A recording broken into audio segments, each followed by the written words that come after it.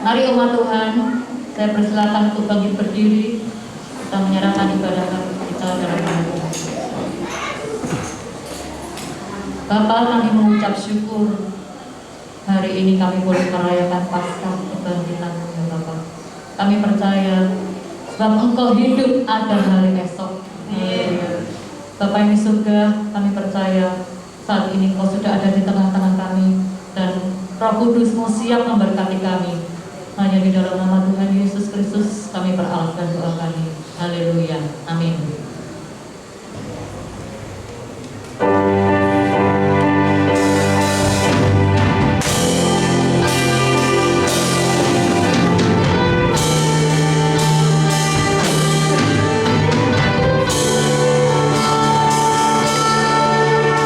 Mari kita bersorak-sorai karena Tuhan Yesus sudah bangkit bagi kita. Setiap Bapak Ibu sedang berbangkit berdiri, kita akan angkat satu pujian Allah bangkit. Kita bersorak karena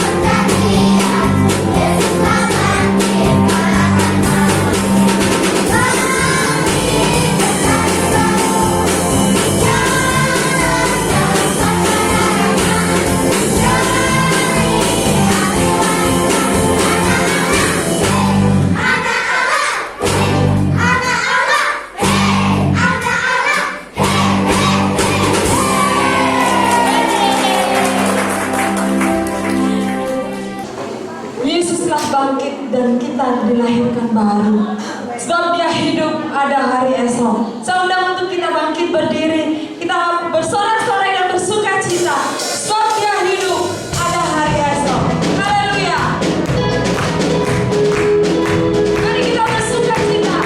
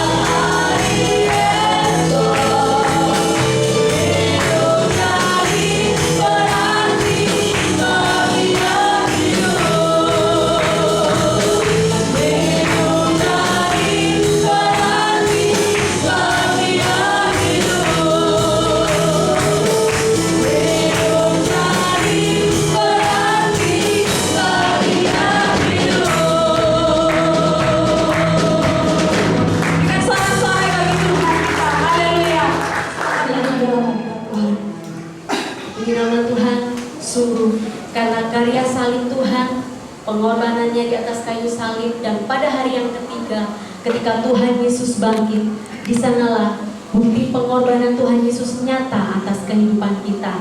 Kita bebas, kita menang atas maut. Kita akan mengatakan bahwa pengorbanan Tuhan begitu sempurna dalam kehidupan kita. Terima kasih Tuhan.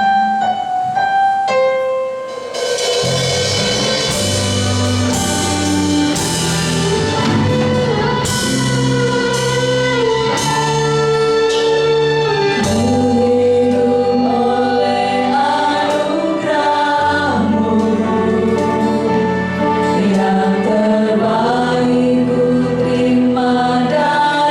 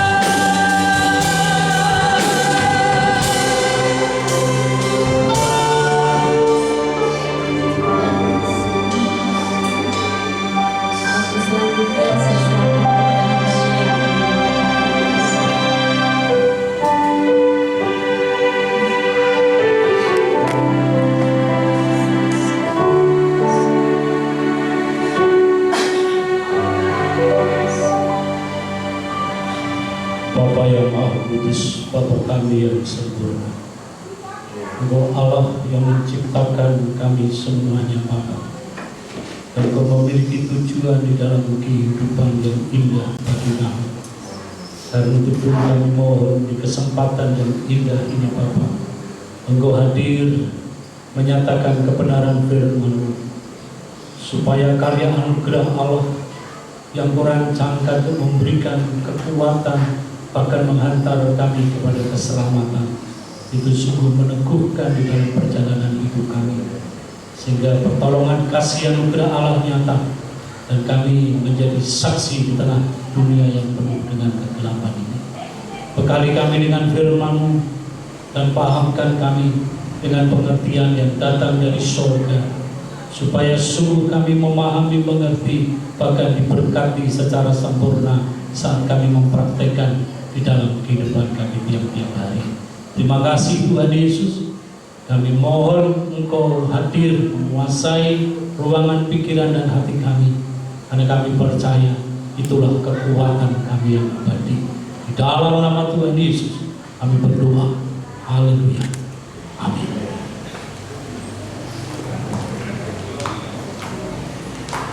Bapak Ibu Saudara yang saya kasihi, Salam.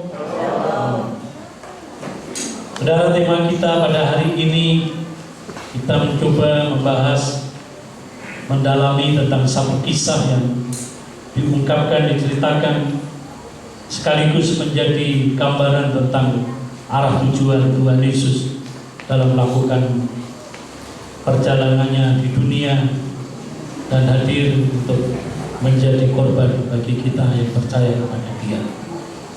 Saudara, kisah tentang Lazarus yang dibangkitkan itu adalah merupakan satu cerita kisah yang dituliskan oleh penulis Injil Yohanes, satu-satunya di dalam kisah yang ditulis secara khusus oleh penulis Injil Yohanes, memiliki arah tujuan yang sangat jelas. Dan kita bersyukur Bapak Ibu, sebagaimana kita ketahui Tuhan Yesus memang adalah guru yang agung. Dalam pelayanannya Kristus, Dia mengajar, memperlengkapi pengajarannya dengan musisat-musisat. Bagaimana Kristus yang hatinya penuh dengan empati, belas kasihan, menolong bagi mereka yang lemah, yang sakit. Dan itu nyata sekali, karena memang semua sesungguhnya Tuhan Yesus lakukan karena memang dalam rangka untuk memberikan pemahaman, pengertian, supaya semakin hari, khususnya murid-muridnya, semakin mengerti, mengenal akan Kristus itu. Jadi Bapak Ibu, kalau Bapak Ibu perhatikan bagian daripada firman Tuhan yang akan kita bahas hari ini, yang menjadi satu tumpuan kita untuk kita mengerti bagaimana Kristus adalah kebangkitan dan hidup. Tuhan Yesus menyatakan kebenaran firman-Nya ini bukan dalam bentuk wacana, bukan dalam bentuk pengajaran sebagaimana kayak ilustrasi, perumpamaan, tetapi Kristus Dia betul-betul terlibat secara langsung. Artinya Tuhan Yesus Dia berkarya melakukan mukjizat dan sekaligus itu menggambarkan tentang diri Kristus. Sebagaimana Tuhan Yesus misalkan, akulah gembala yang baik.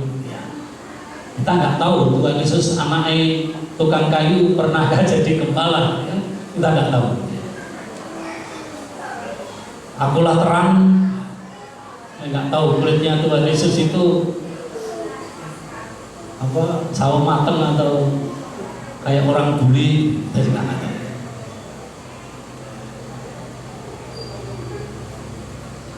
Tuhan Yesus memakai banyak perumpamaan, seperti misalkan aku adalah pokok anggur. Apakah Tuhan Yesus juga seorang petani? Ya, nggak banyak dikisahkan dalam Alkitab. Tetapi kita percaya memang Kristus Sang Anak Allah, Dia lahir melalui keluarga Yusuf, seorang pekerja. Pasti Kristus juga Dia ringan dan rajin mengerjakan karena keluarga ini sederhana. Tetapi Bapak Ibu, saya ingin kita memperhatikan kebenaran firman Tuhan. Sebagaimana hal ini bukan satu kebetulan, dituliskan oleh penulis Injil Yohanes. Injil Yohanes adalah kitab yang mengungkapkan tentang keilahian Kristus. Dan di dalam Injil Yohanes kita melihat bagaimana Kristus Sang Anak Allah itu rela mati. Allah yang menyelamatkan, Allah yang berkarya, bertindak, dan Allah yang sungguh memberkati, ya kan, umat manusia yang berharap, beriman secara teguh akan janji keselamatan yang semata hanya melalui Kristus. Karena itu Bapak Ibu, kita bersyukur sekaligus ini juga menjadi satu perenungan kita bersama di hari Paskah ini. Betapa Allah kita di dalam Kristus itu tidak hanya menyediakan satu kehidupan yang kekal di surga. Bapak Ibu, tentu kita bersyukur karena kebangkitan Kristus itu menguatkan hati kita, mengubahkan baik jasmani maupun rohani kita. Karena tubuh kita bukan lagi tempat untuk melakukan atau tempat bersemayamnya kuasa kegelapan. Rohani kita pun diperbaharui sehingga kita ini betul-betul memiliki tubuh Kristus. Hal ini bukan berarti Bapak Ibu kita ini langsung otomatis naik ke surga, tidak. Ya. Ada tujuan yang indah. Ada tujuan yang indah. Dan bagaimana Kristus menyatakan tujuan yang indah, yang mulia, sekaligus meneguhkan akan keselamatan yang termeteraikan melalui kematian dan kebangkitannya. Kita juga diberikan satu pengertian sehingga kita menghadapi begitu banyak kesulitan, godaan, hambatan, bahkan pergumulan apapun. Kita harus yakin dan percaya firman Tuhan pada hari ini akan meneguhkan kita dalam menjalani kehidupan. Karena itu Bapak Ibu, saya undang untuk bangkit berdiri. Kita akan membaca di dalam Injil Yohanes pasal 11 ayat 17 hingga ayatnya yang ke-32. Maka ketika Tuhan Yesus tiba, didapatinya Lazarus telah 4 hari berbaring di dalam kubur. Betania terletak dekat Yerusalem, kira-kira 2 mil jauhnya. Di situ banyak orang Yahudi telah datang kepada Marta dan Maria untuk menghibur mereka berhubung dengan kematian saudaranya. Ketika Marta mendengar bahwa Tuhan Yesus datang, ia pergi mendapatinya, tetapi Maria tinggal di rumah. Maka kata Marta kepada Tuhan Yesus, "Tuhan, sekiranya Engkau ada di sini, saudaraku pasti tidak mati. Tetapi sekarang aku tahu bahwa Tuhan akan memberikan kepadamu segala sesuatu yang Engkau minta kepadanya." Kata Tuhan Yesus kepada Marta, "Saudaramu akan bangkit." Kata Marta kepadanya, "Aku tahu bahwa ia akan bangkit pada waktu orang-orang bangkit pada akhir zaman." Jawab Tuhan Yesus, "Akulah kebangkitan dan hidup. Barang siapa percaya kepadaku, ia akan hidup walaupun ia sudah mati. Dan setiap orang yang hidup dan yang percaya kepadaku tidak akan mati selama-lamanya. Percayalah engkau akan hal ini." Jawab Marta, "Ya Tuhan, aku percaya bahwa Engkaulah Mesias, Anak Tuhan, Dia yang akan datang ke dalam dunia." Dan sesudah berkata demikian, ia pergi memanggil saudaranya Maria dan berbisik kepadanya, Guru ada di sana, ia memanggil engkau. Mendengar itu Maria segera bangkit lalu pergi mendapatkan Tuhan Yesus. Tetapi waktu itu Tuhan Yesus belum sampai ke dalam kampung itu, ia masih berada di tempat Marta menjumpai dia. Ketika orang-orang Yahudi bersama-sama dengan Maria di rumah itu untuk menghiburnya, melihat bahwa Maria segera bangkit dan pergi keluar, mereka mengikutinya karena mereka menyangka bahwa ia pergi ke kubur untuk meratap di situ. Setibanya Maria di tempat Tuhan Yesus berada dan melihat dia, tersungkurlah ia di hadapan kakinya dan berkata kepadanya, Tuhan, sekiranya engkau ada di sini, saudaraku pasti tidak mati. Amin. Silakan duduk Bapak Ibu. Bapak Ibu, kisah ini sangat menarik dan boleh dikatakan satu peristiwa yang sebenarnya ada di dalam desain Kristus. Tidak ada yang kebetulan, sangat sempurna kisah ini. Kejadiannya sesungguhnya memang ada di dalam tangan sang sutradara yang agung itu.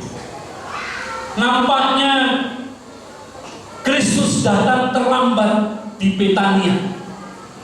Oleh karena Lazarus, saudara Marta dan Maria telah meninggal 4 hari sebelumnya.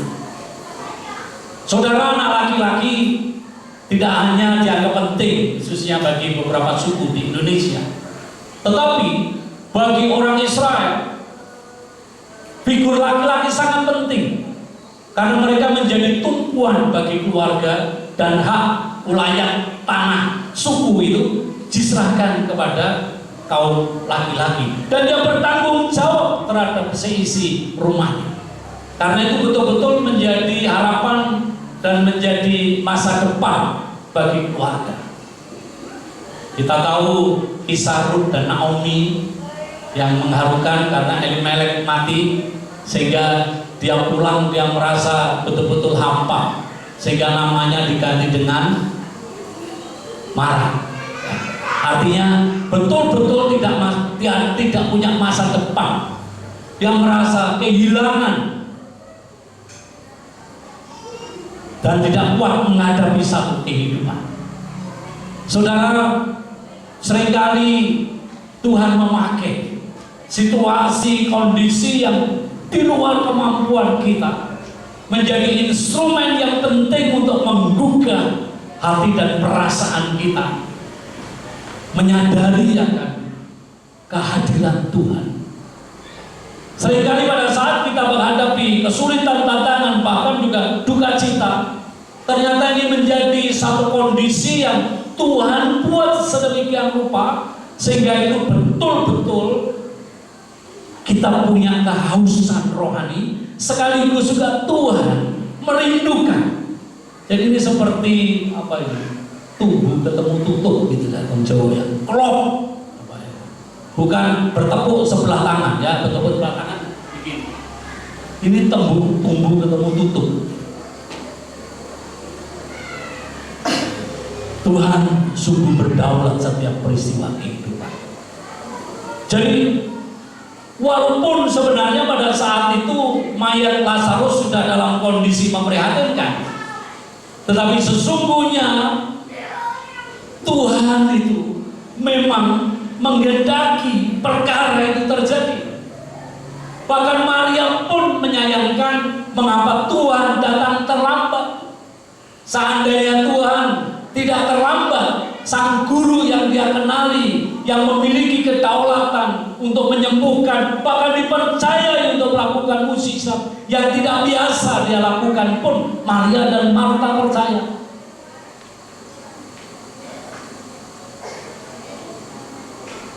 Tetapi Bapak Ibu, tidak ada yang terlambat.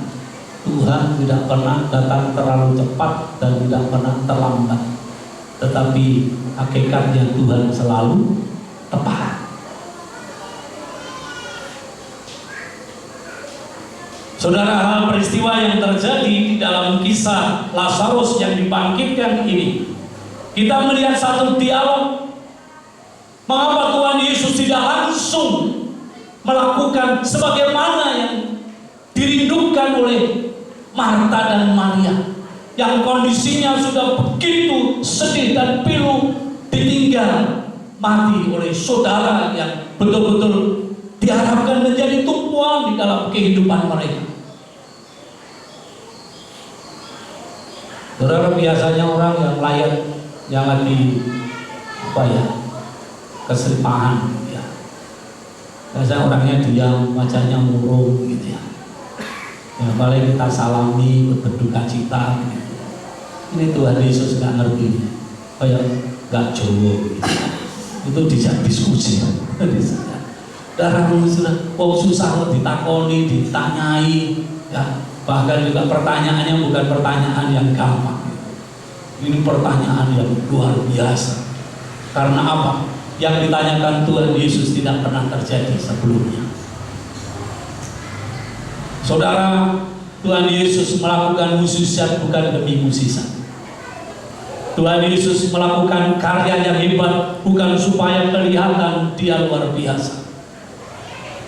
Proses di dalam Tuhan Yesus mengerjakan perkara itu semua dalam rangka menolong mereka sehingga mengerti siapa yang berdaulat melakukan mukjizat itu. Jadi bukan perkaranya yang terjadi, Bapak Ibu, tetapi siapa yang mengerjakan itu seringkali dilupakan. Seperti ya dalam kehidupan kita, Bapak Ibu, kita ini seringkali hati kita ini sebenarnya bukan kepada Tuhan Yesus, ya, sumber berkat yang sejati. Kita ini lebih terpencot, terkesima dengan berkat Tuhan. Rasanya kalau ditinggal Tuhan tidak masalah, yang penting masih punya uang, ya, bisa makan. Saudara, berkat itu kelihatan menguasai, apalagi zaman sekarang itu hedonisme, materialisme itu begitu kuat. Orang yang hebat yang disanjung di dunia ini bukan pemelarat, tapi para sultan. Nah, itulah manusia. Kita ini lebih suka melihat casing, melihat keluarga. Tuhan Yesus tetap harus menjadi Tuhan. Sebenarnya duka cita atau kita ditinggal oleh apapun dan kita kehilangan sesuatu hal dalam kehidupan ini, itu paling tidak satu pelajaran yang bisa kita petik di dalamnya. Hidup ini bukan milik kita, milik Tuhan. Bahkan orang yang kita kasih, suami, anak, istri, itu juga bukan milik kita, itu titipan yang Tuhan berikan. Harta sekalipun bukan milik kita. Walaupun ada yang nyangoni waktu meninggal di peti matinya, ya beberapa baju, mungkin juga beberapa uang. Ya, kalau terlalu banyak nanti bisa jadi di kuburan sukun ada yang gali lagi, gitu ya. Sekarang sudah mulai tidak begitu berlaku. Tapi artinya apa? Sekali lagi kita ini tidak berdaulat terhadap apa yang ada di dalam diri kita. Karena itu melalui peristiwa yang ada dan mengingatkan kita, dan melalui perayaan Paskah ini kita kembali diingatkan ada pribadi yang berdaulat.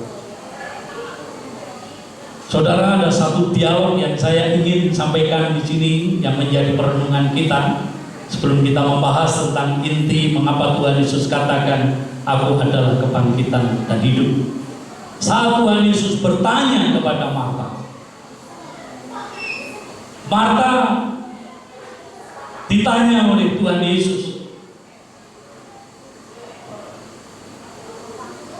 kata Tuhan Yesus kepada Marta, "Saudaramu akan bangkit."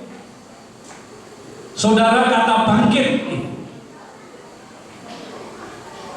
itu adalah kata yang sangat melekat, bahkan menjadi satu pengharapan iman bagi semua orang Yahudi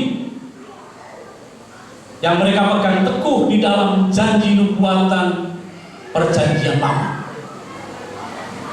Jadi kata bangkit itu mereka begitu hafal, dan dia percaya semua orang akan dibangkitkan pada akhirnya.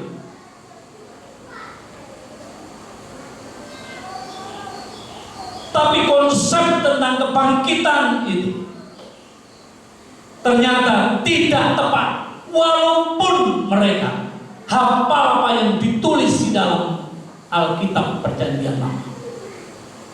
Apa yang dijawab dari pertanyaan Tuhan Yesus oleh Marta ini? Tuhan Yesus katakan bahwa walaupun Lazarus sudah mati, tetapi saudaramu akan bangkit. Ini menunjukkan akan kedaulatan Kristus, Sang Pemilik hidup dan kehidupan yang kekal yang tidak pernah berubah. Kristus dengan confident, karena memang Kristuslah sebenarnya sumber kehidupan. Sehingga Kristus berdaulat menetapkan masa depan yang pasti bagi setiap orang. Di saat situasi kondisi di mana mereka begitu sedih hati, Tuhan Yesus sebenarnya sudah memberikan jaminan walaupun mereka belum mengerti. Tetapi inilah proses pembelajaran supaya mereka bertumbuh dalam pengenalan yang benar berdasarkan firman yang Tuhan sampaikan. Saudaramu akan bangkit, diresponi oleh Marta. Aku tahu bahwa Lazarus atau saudaraku, ia akan bangkit pada waktu orang-orang bangkit pada akhir zaman. Saudara, jawaban ini yang tadi saya katakan tidak salah, tetapi sebenarnya jawabannya tidak tepat karena dia tidak mengerti siapa yang memberi pertanyaan. Seolah Kristus menjadi bagian mereka yang akan bangkit bersama-sama pada akhirnya. Bahkan Kristus dipercaya akan datang setelah semua orang dibangkitkan, sehingga dia membangun satu kerajaan yang baru di dalam kehidupan yang kekal. Nanti saudara-saudara kita juga percaya Mesias itu akan datang, Ratu Adil akan datang nanti. Kalau nanti Bapak Ibu, Tuhan Yesus itu bukan Tuhan yang sempurna. Karena itulah Tuhan Yesus itu ada Alfa dan Omega. Itu artinya Kristus yang memiliki dan berdaulat terhadap waktu, dan bukan waktu yang menentukan keberadaan Dia.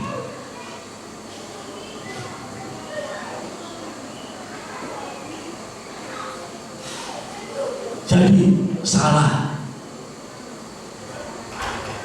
Tuhan Yesus prihatin.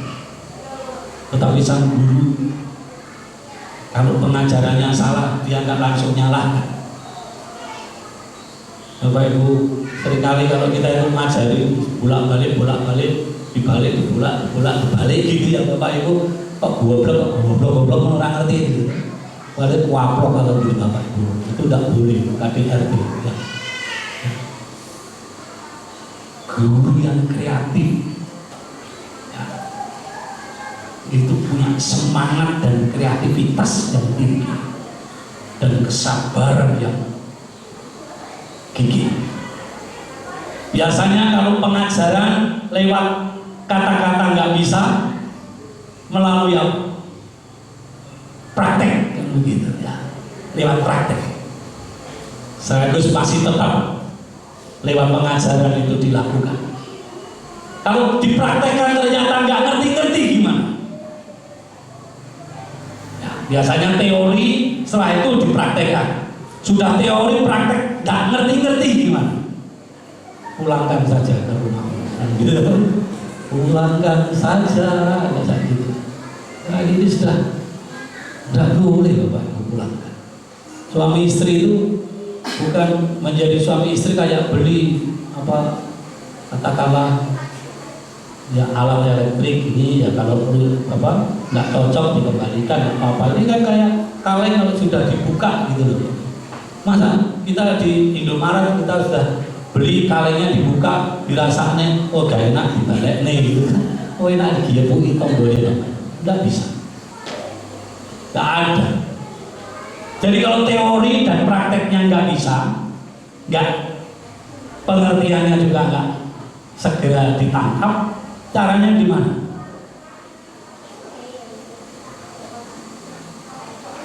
Kita melihat ini sungguh luar biasa. Tidak ada guru yang seperti dia. Dirinya menjadi model. Dirinya menjadi model.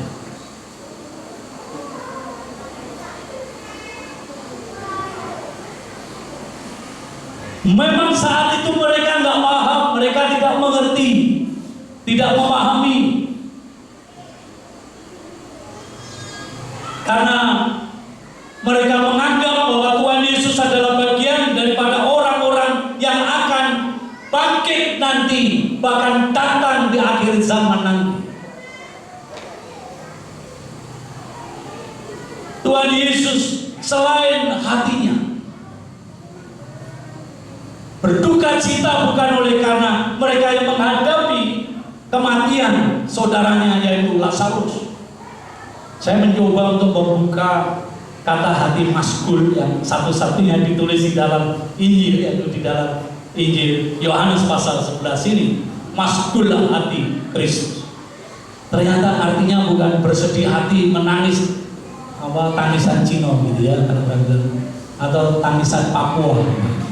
Bapak Ibu belum pernah melihat saudara orang Papua meninggal itu 1 kilo suara melengkingnya itu terdengar. Dulu waktu saya kecil, rumah saya di Tulungagung itu dekat tempat duka cita orang Tionghoa itu ada tetangga saya yang pekerjaannya itu adalah menjadi paduan suara menangis. Jadi kalau ada orang menangis dia menjadi paduan suara. Dan memang kalau paduan suara menangis itu itu kayak tangisannya itu yang dijual gitu. Wah, kalau mereka menangis bersama itu suasananya itu menyayat hati. Memang terjadi seperti itu. Di Papua juga seperti itu. Kalau meninggal itu tangisannya itu betul-betul. Saya sebagai gembala beberapa kali sidang jemaat dipanggil Tuhan, saya juga sudah bisa membedakan. Ini keluarga ini yang memang yang paling nangisnya sungguh-sungguh itu memang keluarga Tionghoa. Wong Jawa itu nangis berarti lali.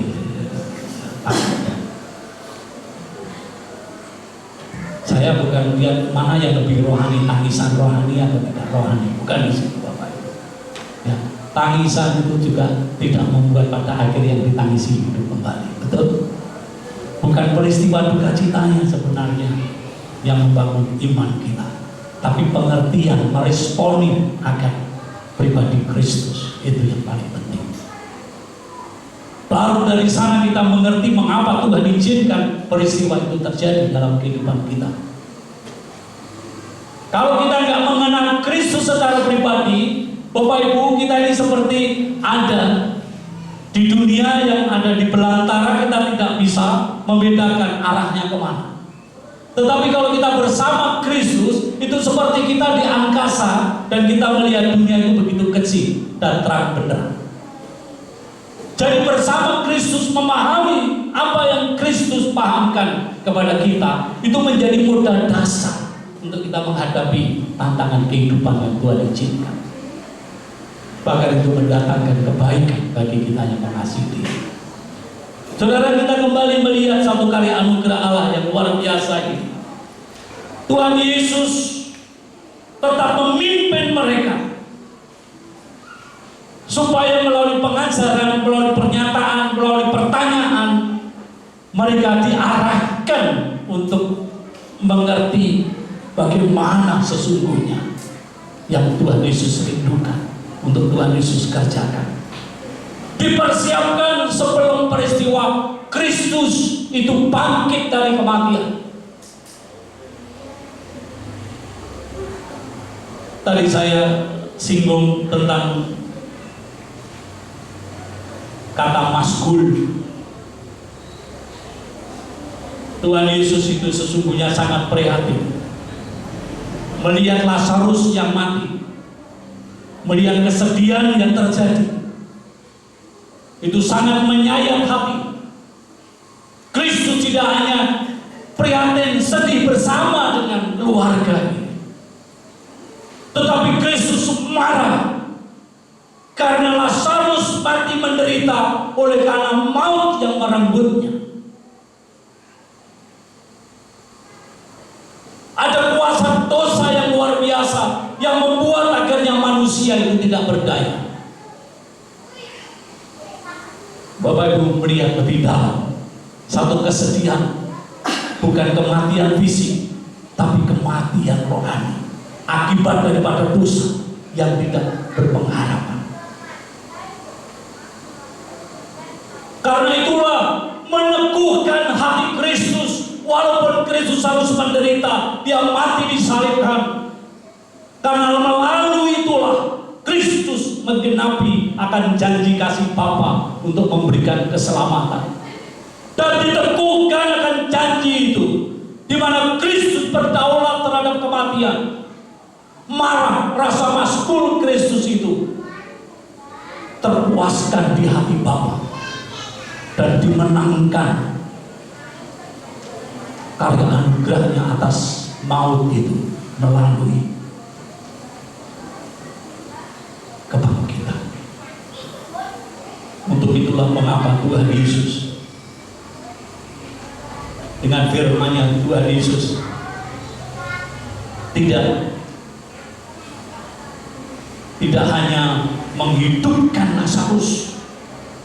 Kalau Tuhan Yesus tidak memiliki visi, tujuan, arah yang jelas, maka cukup Tuhan Yesus sembuhlah, bangkitlah, hiduplah. Sebagaimana Tuhan Yesus berkarya di dalam mukjizat-mukjizat sebelumnya.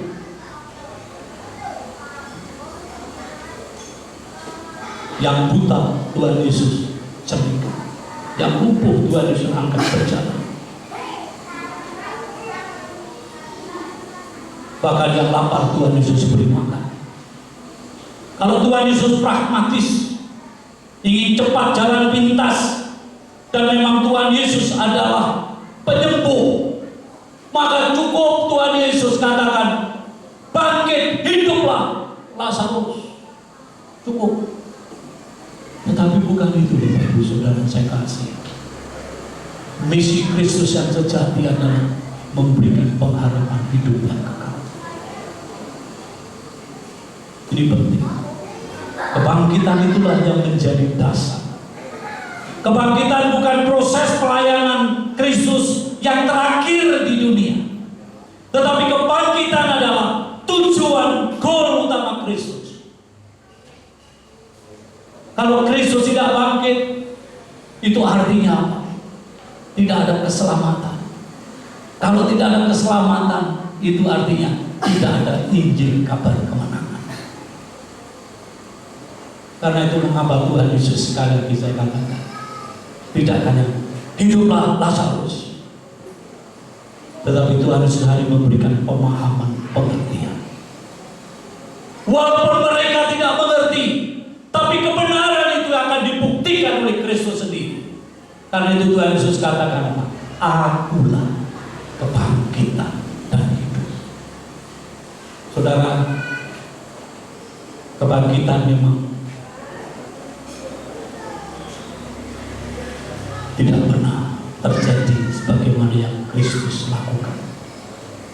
Lazarus dibangkitkan, pada akhirnya Lazarus kembali, dia juga mati.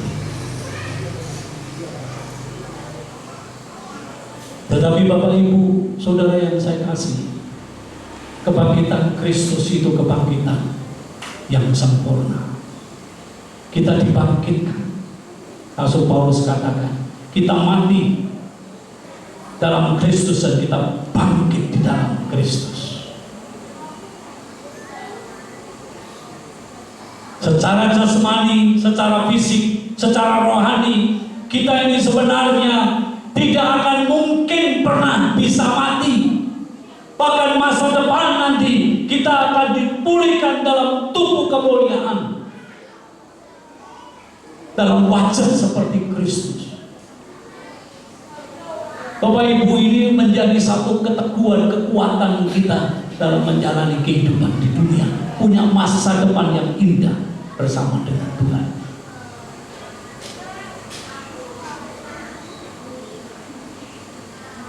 Mengapa Tuhan Yesus katakan, jika engkau percaya kepadaku, walaupun kau sudah mati, engkau akan hidup?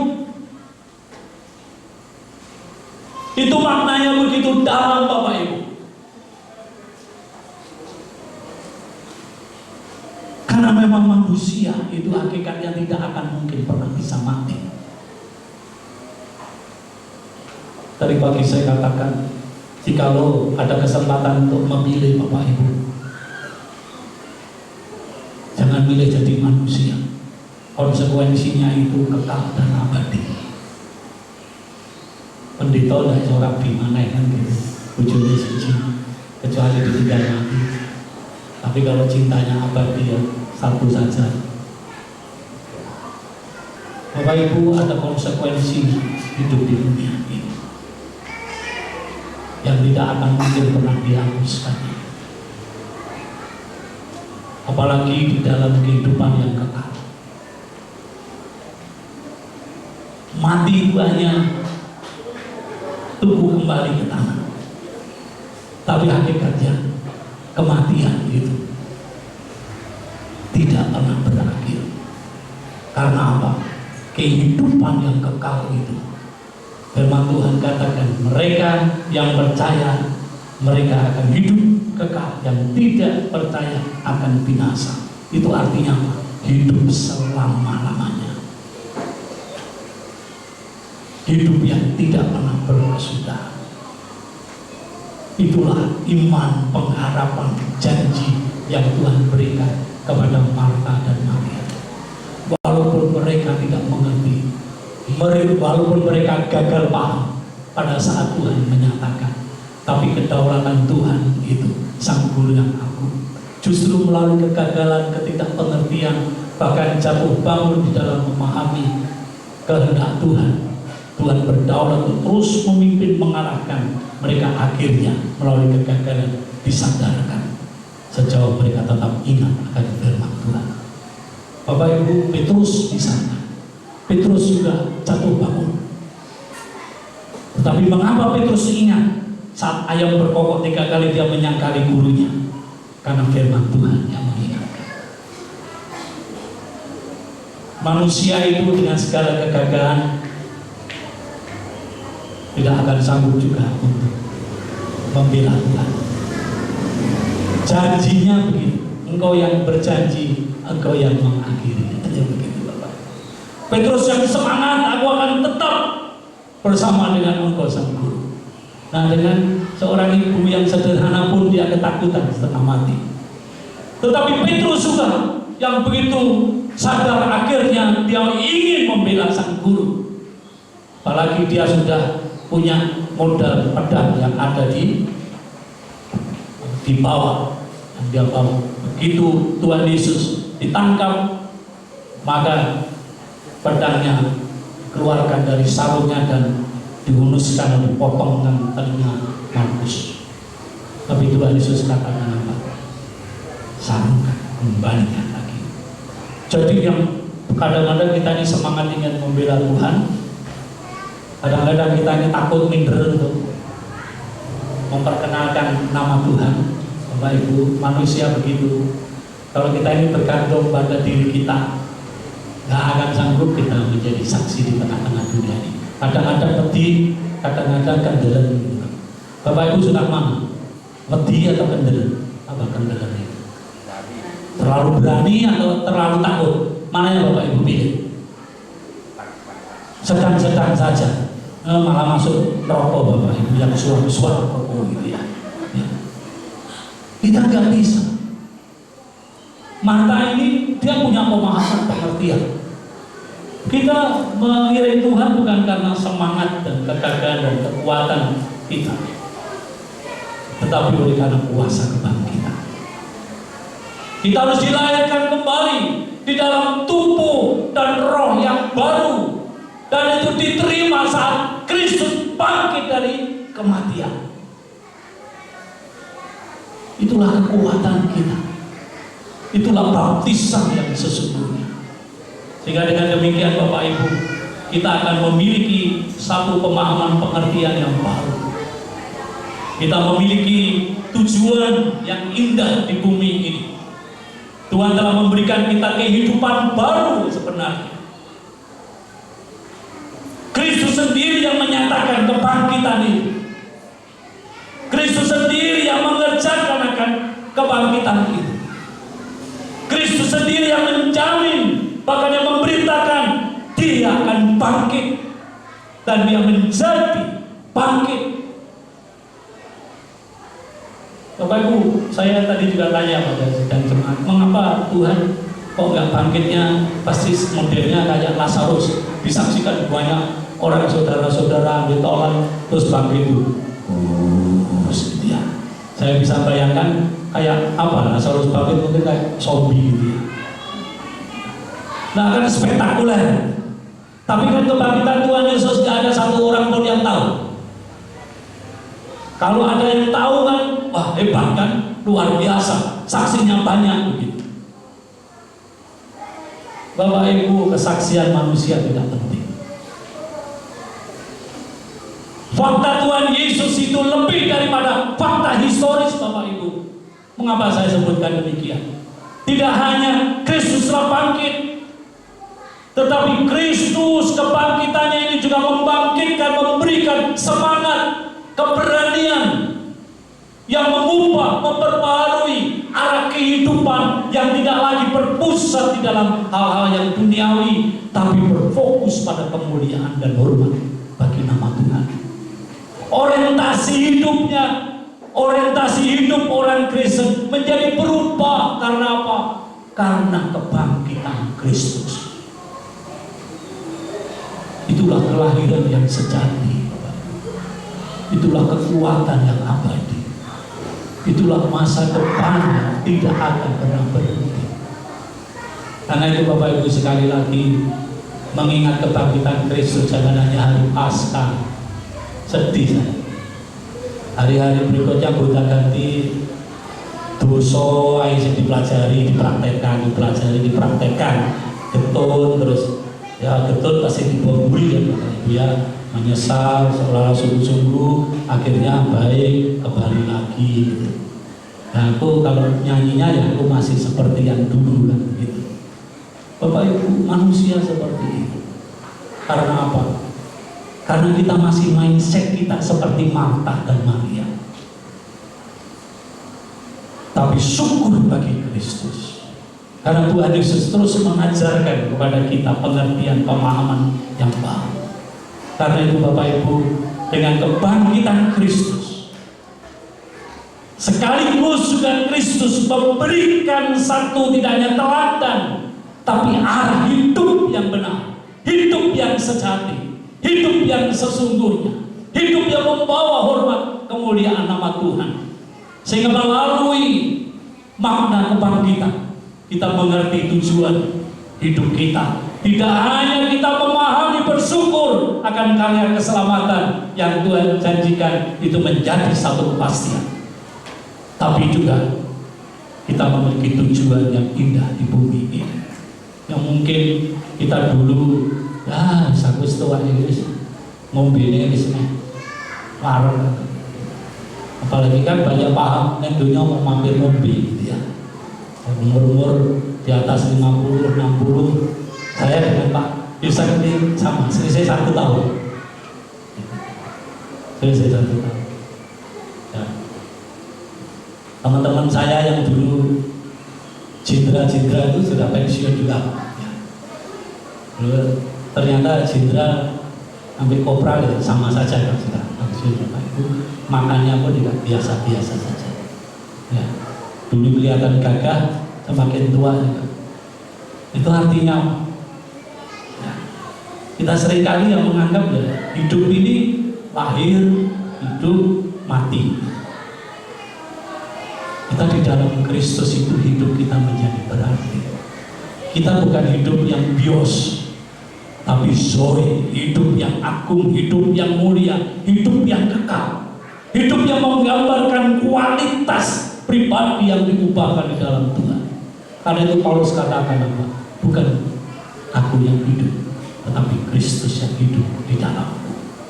Tuhan Yesus meneguhkan mengatakan aku kebangkitan dan hidup. Itu adalah bukan hidup sebagaimana secara kronologis Januari, Februari, tahun 2001, 2002 dan seterusnya. Itu kronologi ke waktu yang mana kita semua orang akan kita lalui. Tapi yang dikatakan hidup ini adalah hidup yang bermakna, hidup yang bertujuan, hidup yang terindah, yang didesain, dirancangkan, bahkan dianugerahkan Tuhan melalui harga yang sangat mahal, Bapak Ibu. Dan tidak mungkin kita bisa mengganti dan membayarnya. Kita aja masih punya tanggungan belum diselesaikan, masih nyicil dan mencicil. Nyicil dan mencicil, mengerti ya? Itu ya bedanya tipis saja. Artinya sering terlambat, nggak tepat. Gitu. Ini untuk di dunia saja kita akan untuk nyicil dan mencicil. Apalagi yang kekal, yang tidak bisa dibatasi ruang dan waktu. Karena itu Bapak Ibu, syukur kita memiliki tujuan. Tuhan telah memberikan kita kehidupan baru dengan desain yang indah. Yang awalnya anugerah keselamatan itu hidup kekal dihancurkan oleh Adam, tapi dipulihkan kembali oleh Adam yang baru. Ini satu karya anugerah yang besar yang agung. Namun dengan demikian, walaupun Tuhan punya rancangan yang indah melalui hidup yang Tuhan telah perbaharui melalui kebangkitan Kristus, tapi Bapak Ibu, bukan berarti Tuhan langsung membawa kita ke surga segera. Ini penting. Paulus katakan hidup adalah Kristus, mati adalah keuntungan. Kalau hidup memang bukan hidupnya, maka harus untuk Kristus. Mati itu bonus, karena kematian itu awal dalam kehidupan anugerah kemuliaan Tuhan. Saya ingin menyampaikan satu hal prinsip di sini, bahwa rancangan Allah untuk mengikuti Tuhan itu Bapak Ibu penting sekali. Jadi kita di dunia ini harus mengerjakan rancangan, karena kita ini murid-murid Tuhan, dan kita harus menjadi kepanjangan tangan Tuhan. Kita harus bertumbuh, kita harus saling menopang, saling membantu, saling menguatkan, bahkan mengabarkan kabar sukacita ini. Bapak Ibu nggak usah sungkan-sungkan, karena bukan berita kita yang membuat orang itu menjadi pengikut Tuhan. Kuasa Roh Kudus yang mengerjakan. Rasa bersyukur yang terbaik adalah memberikan hidup kita untuk berbuat kemuliaan nama Tuhan. Kita tidak tahu, dulu kematian itu rasanya nggak pantas kalau masih muda. Tapi dalam saya melayani pekerjaan Tuhan, saya juga melihat kematian tidak selalu terjadi pada orang tua.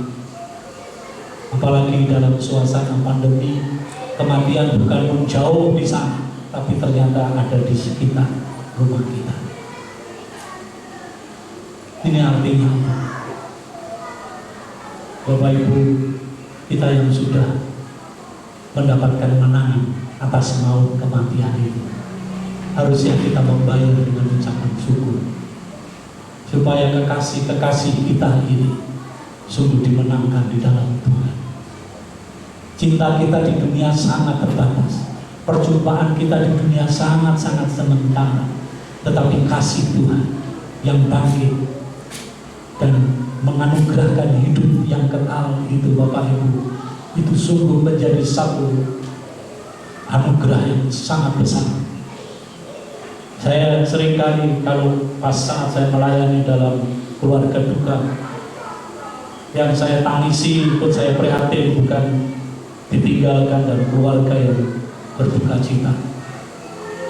Tetapi jiwa-jiwa yang belum dimenangkan di dalam Kristus. Bapak Ibu, percuma kita berkorban. Kita ingat saat Tuhan Yesus disalibkan.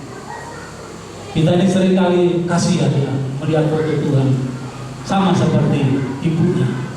Tapi Tuhan Yesus katakan, jangan tangisi aku, tangisilah dirimu dan tangisilah anakmu, tangisilah saudara-saudaramu. Itulah sebenarnya tujuan yang terindah, supaya kasih anugerah Allah yang kita alami itu sama-sama dirasakan bagi sesama. Tuhan Yesus memberkati. Selamat hari Paskah, dan biarlah karya kebangkitan Kristus mewarnai hidup kita sekarang sampai selama-lamanya. Haleluya. Amin. Mari Bapak Ibu kita bangkit berdiri. Kita pujikan ketika menghadapi kehidupan ini. Nanti yang banyak Bapak. Dan kita bisa. Ketika ku hadapi kehidupan ini, jalan mana yang harus ku pilih? Ku tahu, ku tak sanggup. Hanya Kau Tuhan tempat jawabanku.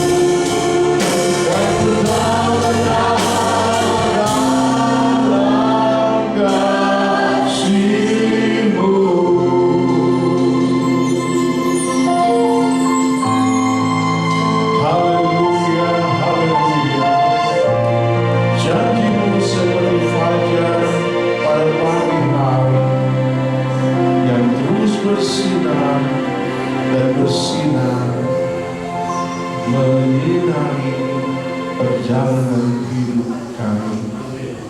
Kasih-Mu seperti sungai yang mengalir, yang selalu menyegarkan iman kami, menyegarkan pengabdian kami sampai pada waktu yang Kau telah tentukan. Tuhan memberkati Bapak Pendeta Bapak Riyadi dengan hikmat-Mu semakin dan semakin dalam.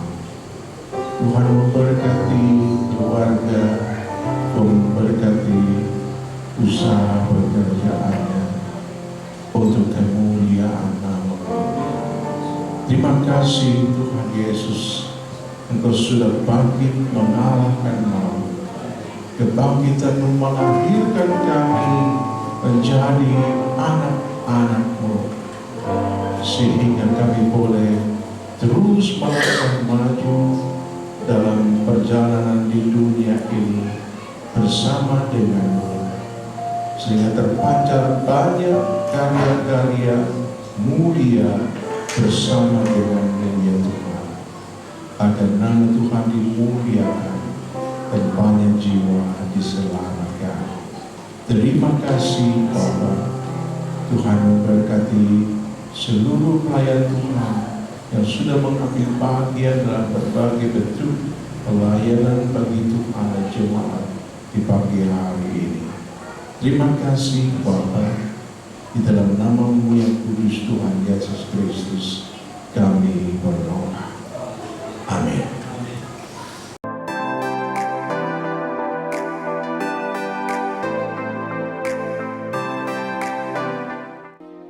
Jemaat GBT Kristus Pelepas Cabang Sukun yang terkasih, bagi jemaat yang rindu untuk tetap menabur, kami sungguh menghargai pemberian jemaat dalam membantu kebutuhan pelayanan yang besar di tempat ini. Untuk persembahan persepuluhan, kolekte 1, kolekte 2, dan renovasi atau jenis persembahan yang lain bisa dibawa ke gereja setiap hari dengan cara masing-masing persembahan dimasukkan dalam amplop dan masing-masing amplop ditulisi jenis persembahan seperti tersebut di atas. Lalu, masukkan ke kotak persembahan yang sudah disediakan di gereja. Selamat ulang tahun kepada Ibu Anita Sulistiawati, Bapak Suin, Bapak Irawan, Saudari Nadia Aprilia, Ibu Endang Sukorini, Bapak Suratno, Anak Yohan Patrisio Misael Aprilian, Ibu Yati Mujiasi. karena panjang umur dan lanjut usia serta sejahtera akan ditambahkannya kepadamu. Amsal 3 ayat 2. Gembala sidang, pengurus gereja, serta seluruh jemaat mengucapkan selamat ulang tahun, Tuhan Yesus memberkati. Bantuan doa untuk pemulihan kesehatan dan lanjut usia. Ibu Mariam, Bapak Sutikno, Ibu Tamin, Ibu Rahel, Ibu Tris, Bapak William, Ibu Sukadi. Ibadah sekolah minggu diadakan setiap hari Minggu pukul 9 pagi secara tatap muka di gereja. Jadwal pelayan Tuhan, pemain musik, Bapak Lukas, Bapak Priyo, Bapak Agung, Bapak Henok, dan Saudara Yohanes.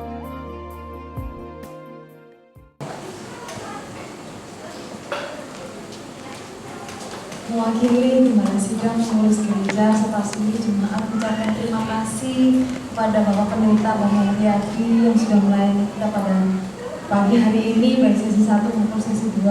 Mungkin ya Tuhan Yesus memberkati pelayanan Bapak semakin luar biasa di Tuhan. Terima kasih juga kepada seluruh pelayan Tuhan yang sudah melayani kita pada pagi hari ini. Terima kasih juga kepada seluruh jemaat yang sudah hadir. Kiranya Tuhan Yesus memberkati kita semua, dan kita akan berdoa syafaat dan mengakhiri ibadah kita. Doa selanjutnya saya serahkan kepada Bapak Gembala. Mari kita bangkit berdiri bersama. Haleluya. Terima kasih Bapa Surga atas segala pertolongan Roh yang Kudus bagi kami semua, sehingga kami dapat melakukan ibadah perayaan Paskah di pagi hari ini. Tuhan, kami berdoa untuk saudara-saudara kami seiman yang berulang tahun di pekan ini.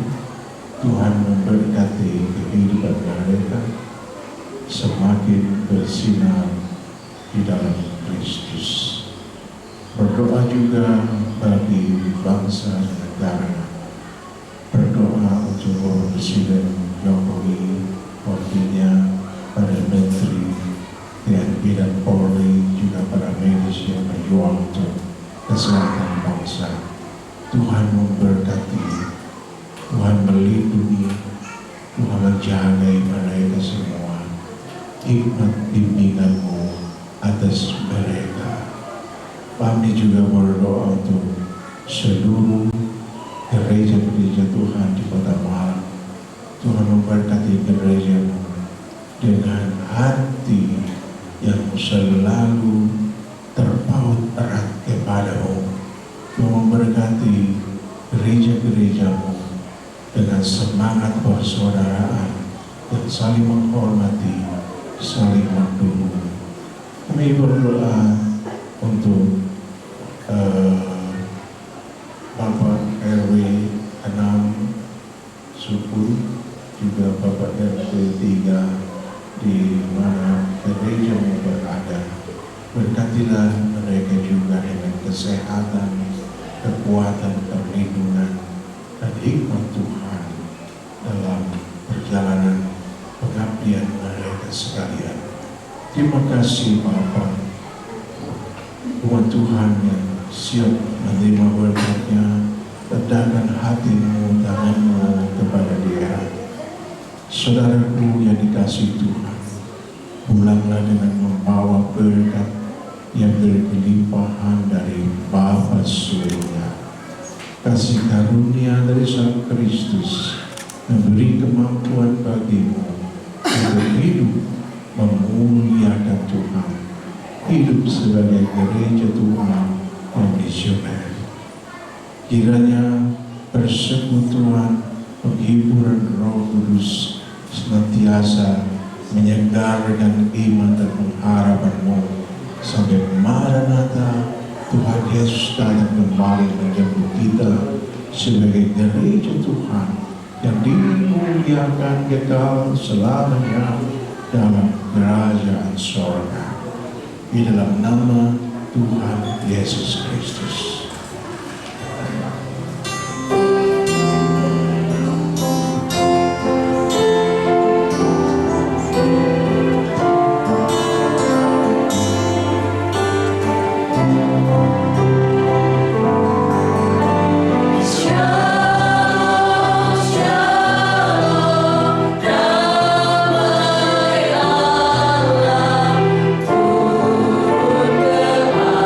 Atasmu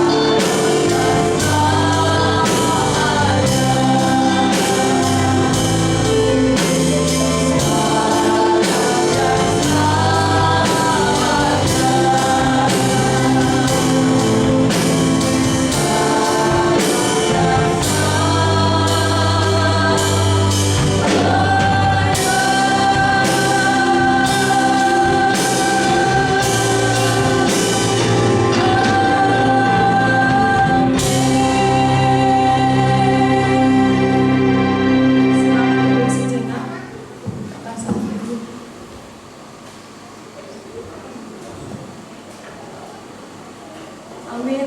Selamat pulang, Tuhan Yesus memberkati. Selamat Hari Paskah. Selamat Paskah, Tuhan memberkati.